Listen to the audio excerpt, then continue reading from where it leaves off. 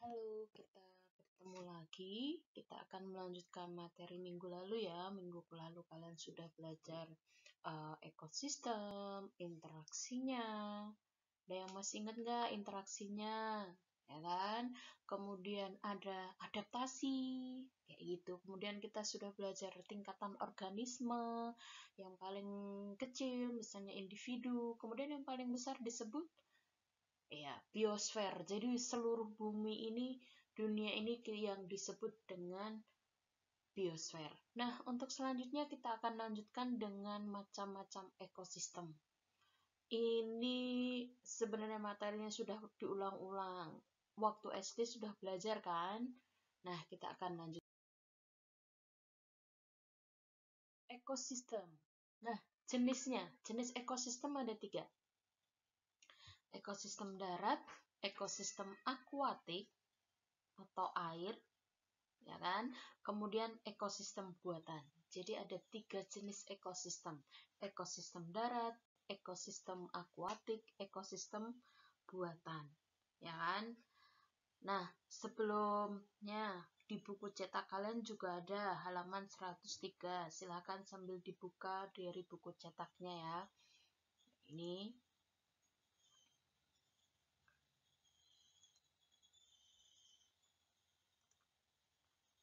di halaman 103 sudah ketemu? Ya, oke. Nah, jadi kembali Bu Evi ulangin, jenis-jenis ekosistem ada 3, ekosistem darat, ekosistem akuatik, dan ekosistem buatan. Lanjut.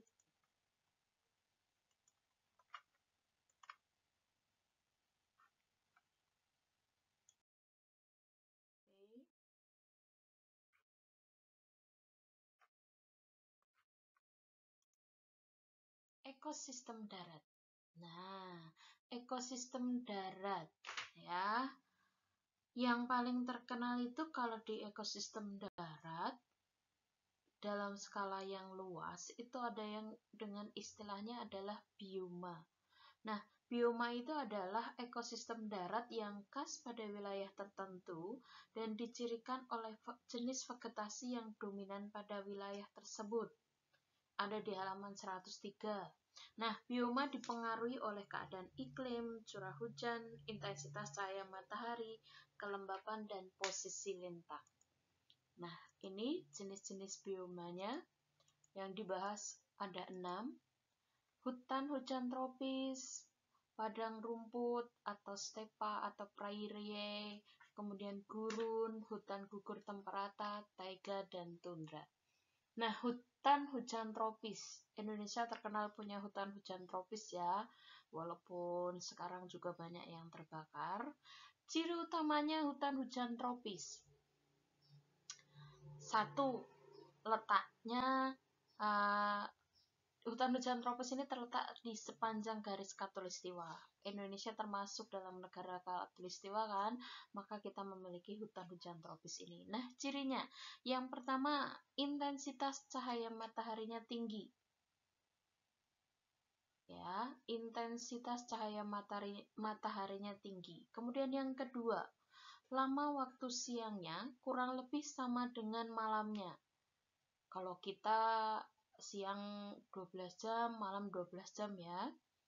Kemudian yang ketiga, intensitas curah hujannya tinggi. Tempat saya tiap sore hujan deras. Bagaimana dengan tempat kalian? Apakah sudah ada yang mengalami banjir? Semoga tidak ada ya, tetap jaga kesehatan. Kemudian yang keempat, memiliki keanekaragaman spesies yang paling tinggi. Ini adalah ciri-ciri dari hutan hujan tropis. Jadi ada 4 cirinya. Yang pertama, intensitas cahaya mataharinya tinggi. Lama waktu siangnya kurang lebih sama dengan malam. Intensitas curah hujannya tinggi, berkisar 220-225 cm per tahun. Kemudian memiliki keanekaragaman spesies yang tinggi. Banyak banget hewan-hewan yang terdapat di Indonesia ya. Oke, karena Indonesia termasuk dalam negara tropis sehingga memiliki hutan hujan tropis. Kemudian yang kedua, padang rumput, stepa. Ya, cirinya 1, curah hujan sedang. Ya.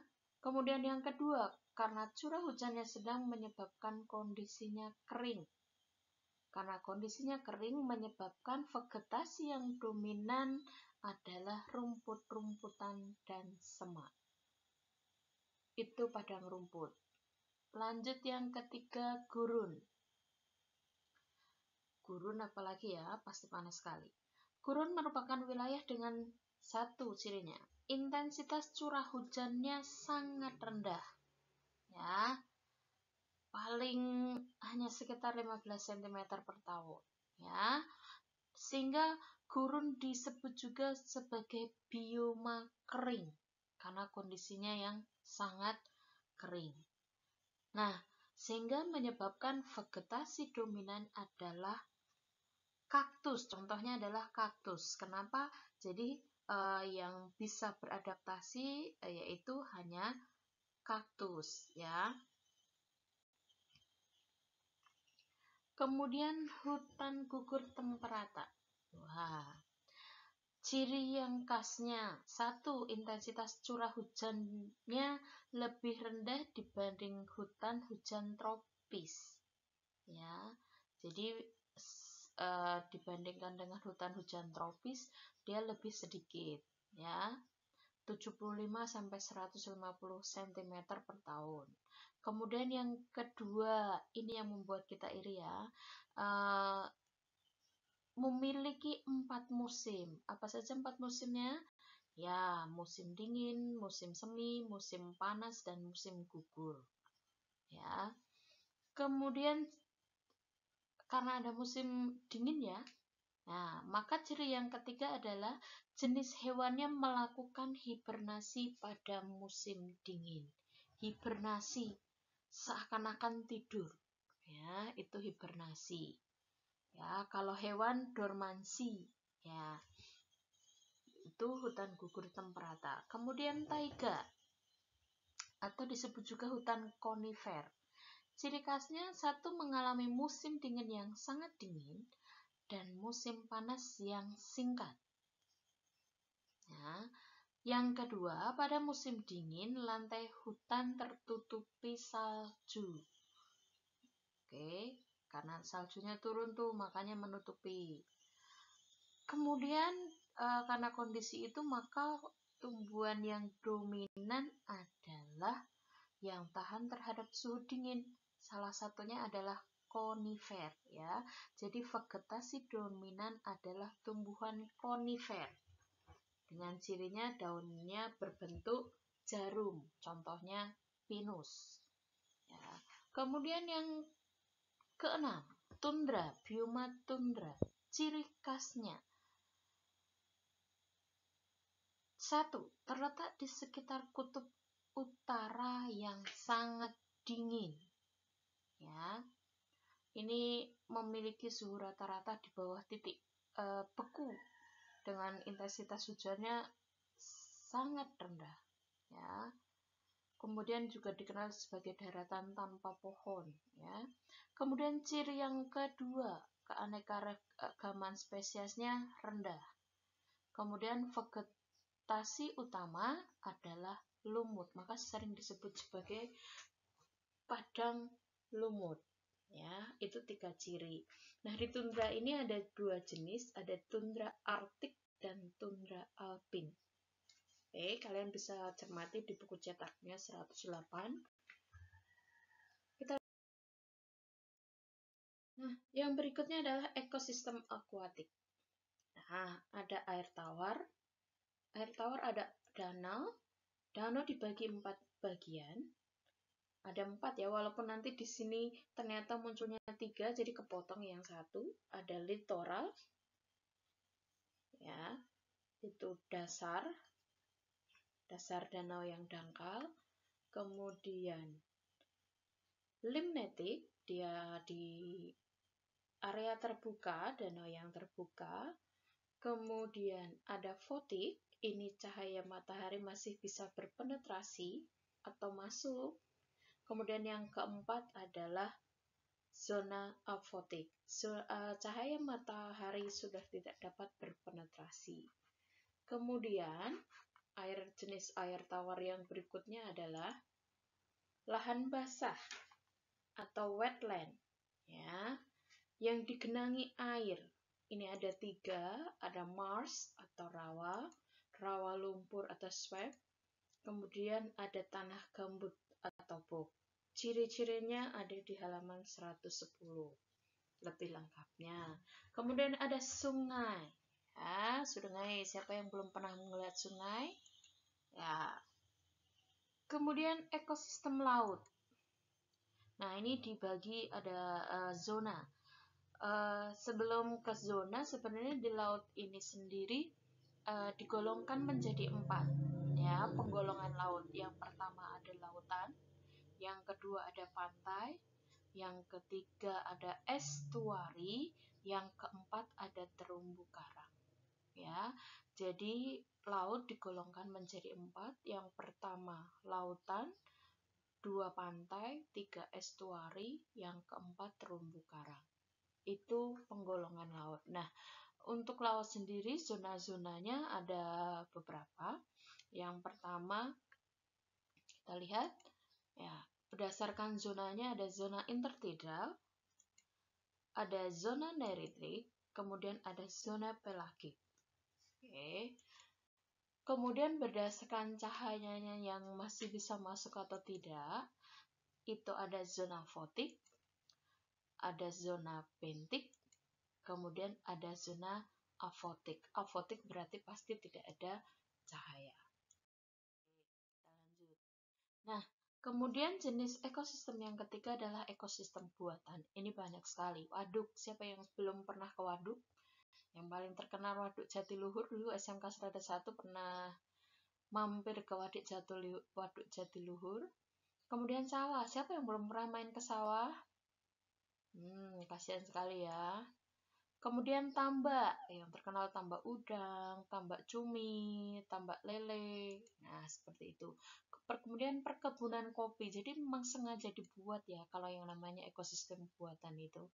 Ya, kemudian ada hutan tanaman jati. Nah, selesai. Jadi setelah mendengarkan penjelasan tadi, Bu Evi ada 2 tugas saja. Yang pertama, silakan dibacakan di bukunya ya, seperti biasa ditulis. Tadi Bu Evi sudah sempat menjelaskan ciri-ciri dari bioma. Ada 6 bioma. Nah, tolong kamu tuliskan ulang di bukumu. Jadi yang pertama, ciri-ciri 6 bioma. Hutan hujan tropis, padang rumput, gurun, hutan gugur temperata, kemudian taiga, kemudian tundra. Jadi 6. Silahkan ciri-cirinya ya disebutkan. Kalau nggak salah tadi yang hutan hujan tropis itu Bu Evi ada menyebut 4 ciri, kemudian yang lainnya 3. Nah, silahkan kamu tulis. Kalau kamu nggak mau mengulang lagi ini, di bukunya juga ada. Kemudian yang kedua, yang kedua adalah tadi Bu Evi bilang bahwa laut digolongkan menjadi 4. Nah, tolong disebutkan ulang. Silahkan 2 pertanyaan tadi dikerjakan di bukunya seperti biasa, ditulis yang rapi, difoto dan dilampirkan di GCR. Oke, semangat ya. Nah, coba sebelum Bu Evi tutup, ini nggak ada kaitannya dengan pelajaran IPA, tapi kalian melihat slide ini, lihat ya, di sini ada tulisan thank you, bukan pada thank you-nya, tapi thank you ini Bu Evi ambil secara online. Nah, di sini ada tulisannya adalah this photo by unknown author is license under CC B Y kemudian by CC by NC ND. Masih ingat nggak lisensi Common Creative ya, CC copyright by NC non komersial non derivatif. Ada kan? Nah, coba dicek lagi. Oke, ini hanya just info aja. Jadi kalau kemarin kalian membuat peta minda tentang Common Creative, ada CC, kemudian ada NC, ada ND, non-komersial, non-derivatif. Nah, ini contohnya adalah seperti ini. Contohnya adalah gambar ini. Oke, ini sedikit informasi dari Bu Evi. Selamat berjuang di tengah PJJ, tetap jaga kesehatan, dan selalu bersyukur. Terima kasih.